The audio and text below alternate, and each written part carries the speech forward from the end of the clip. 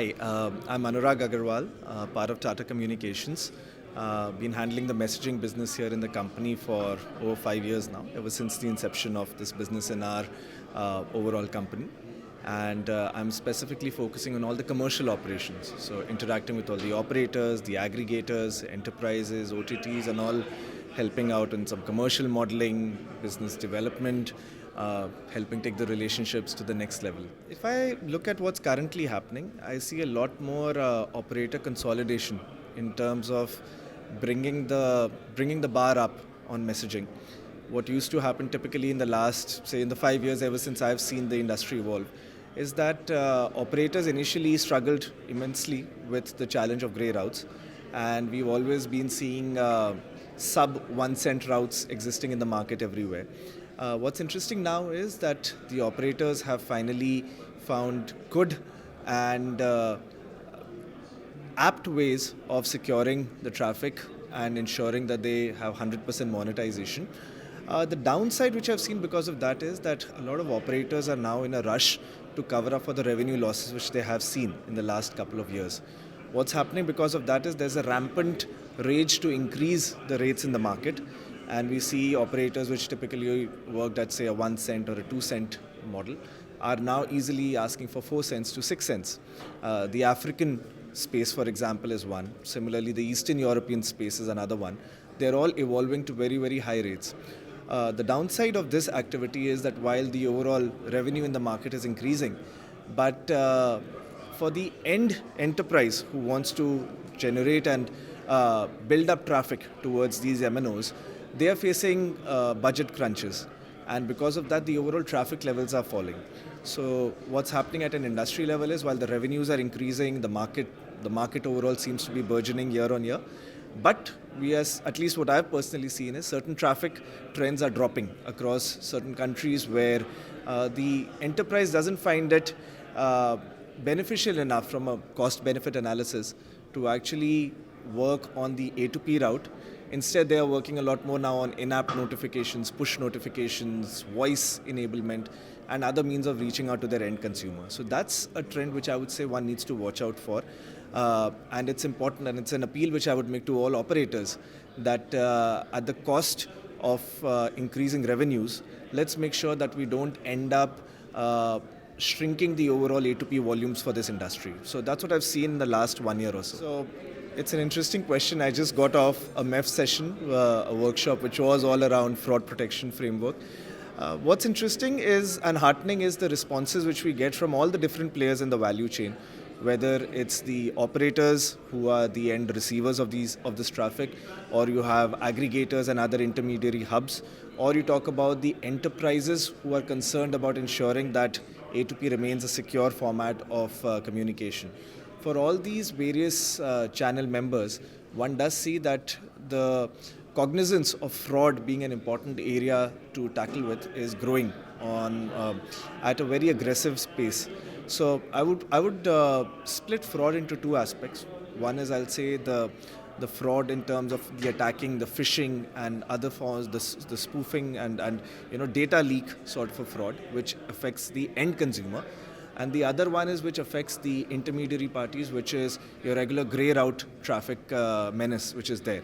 So if you take the first part of it, which is more about the end consumer fraud, we do see a lot of cases increasing. Recently in India, we have a very popular wallet called Paytm, an e-commerce wallet, and they recently nationwide were having a lot of the users being attacked with a lot of spoofing and phishing messages, and some of my own known colleagues who are in the messaging world, who are in the telecom world, were themselves a victim of this. So when I look at that and I wonder that when you compare this to a typical layman being exposed to such traffic, what is the level of commercial damage and personal damage it can do to these individuals.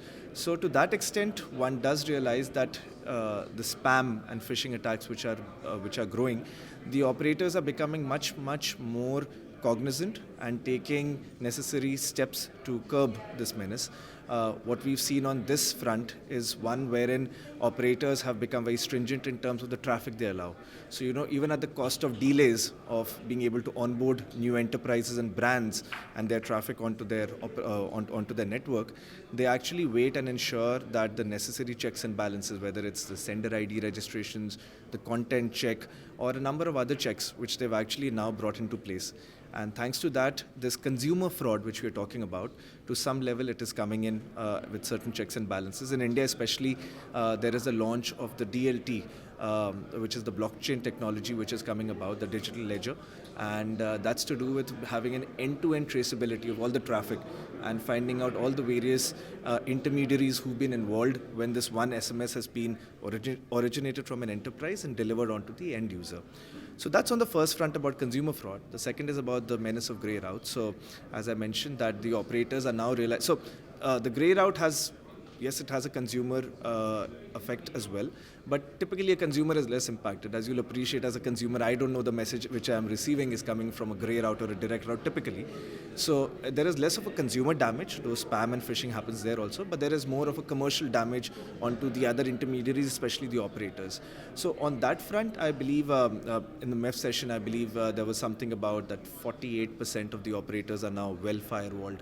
So I wouldn't be sure on the exact statistics, but it's good to see that it's a heartening increasing trend. Nobody's sure of the exact number, but year on year, month on month, quarter on quarter, a lot of operators are now realizing the importance of not only having a firewall, but being able to run it well.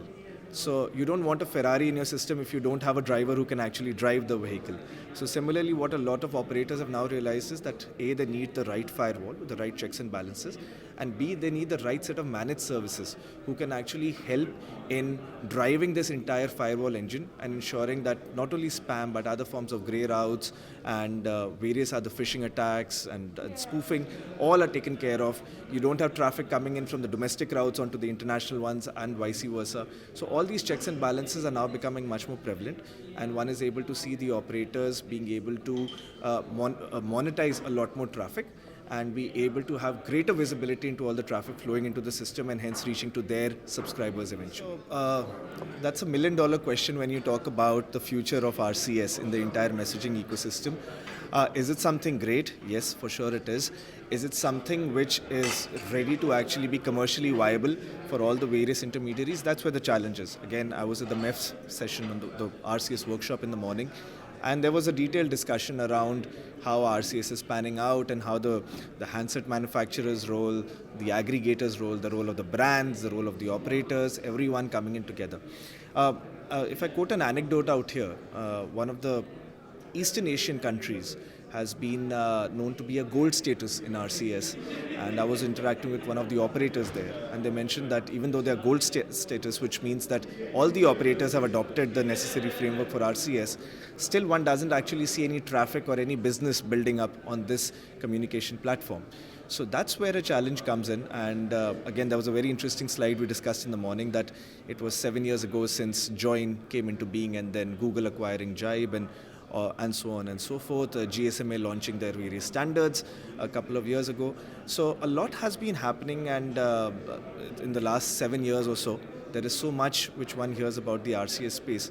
But still, the fundamental questions which we discussed in the workshop also today morning were around having the right viable commercials. Somebody made a good suggestion that why not just have something out there and let that just snowball into the right way eventually. It'll find its happy median and it'll stabilize at some equilibrium. So let's get something out there and take it from there rather than finding the right approach exactly, or the right commercial model. So let's see how that pans out. It was news to me that GSMA is also looking at what levels of support they will be having in the coming years on RCS, while of course they will be actively moving towards keeping the RCS spirit alive. But at the same time, there are so many other technologies also coming on the forefront, and one can imagine that such large bodies have to equally work on the other fronts as well. So what I really hope is, in my view, that 20 and 2021, so the next 2 years are pretty much the inflection point which will govern where this standard actually moves towards. I'm from India. I personally see a lot of movement happening on the RCS front. You have the WhatsApp business platform as well. So I would really look forward to this rich communication mechanism coming and hitting me as a consumer, and so I can benefit from it. But my biggest worry is in terms of the entire commercial modeling and still the readiness of getting this out in a very commercially viable model. So I wish us all the very best for the next 2 years, because I feel they are crucial to ensure that we can get RCS out at least as a fairly commercially viable product in the market. Right. So one of the primary purposes was to interact with the MEF team and see what's coming up in terms of the various work groups on fraud, RCS, and all. And yeah, we have a huge setup here. We have all the friends and family from the messaging world congregating here in this hall. Uh, what I see as something important that's coming up now is one is, of course, RCS is now become a near default part of the entire discussion. But what I've seen is that it comes in pretty much as an afterthought at the end of a conversation.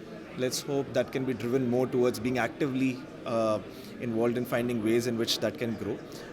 The bigger picture for me, which I see personally as a company right now, is that there is significant focus on the omni-channel platform coming into the market. And you have a lot of enterprises now pushing for that. So, for example, if an RCS message doesn't deliver, does the aggregator, does the partner have the capability to immediately fail over and deliver it over an SMS or over a voice call, and so on. So in all these mechanisms, it is important to have the right ecosystem built in, one which can help in ensuring that there is the right mix of various channels for reaching out to the end consumer, because the brand today is not depending only on one. There is email, there is RCS, chatbots, WhatsApp Messenger, Facebook Messenger, a number of ways to reach out. And I think what's important is that we can discuss with our various colleagues out here on how we can help in building this ecosystem and having the right omni-channel platforms which can help in benefiting the enterprise on the origination side and the end consumer on the recipient side, who finally, the proof of the pudding lies there in terms of having the right communication mechanisms reaching out to the end consumer. So hopefully we can have those partnership discussions here and move ahead with that.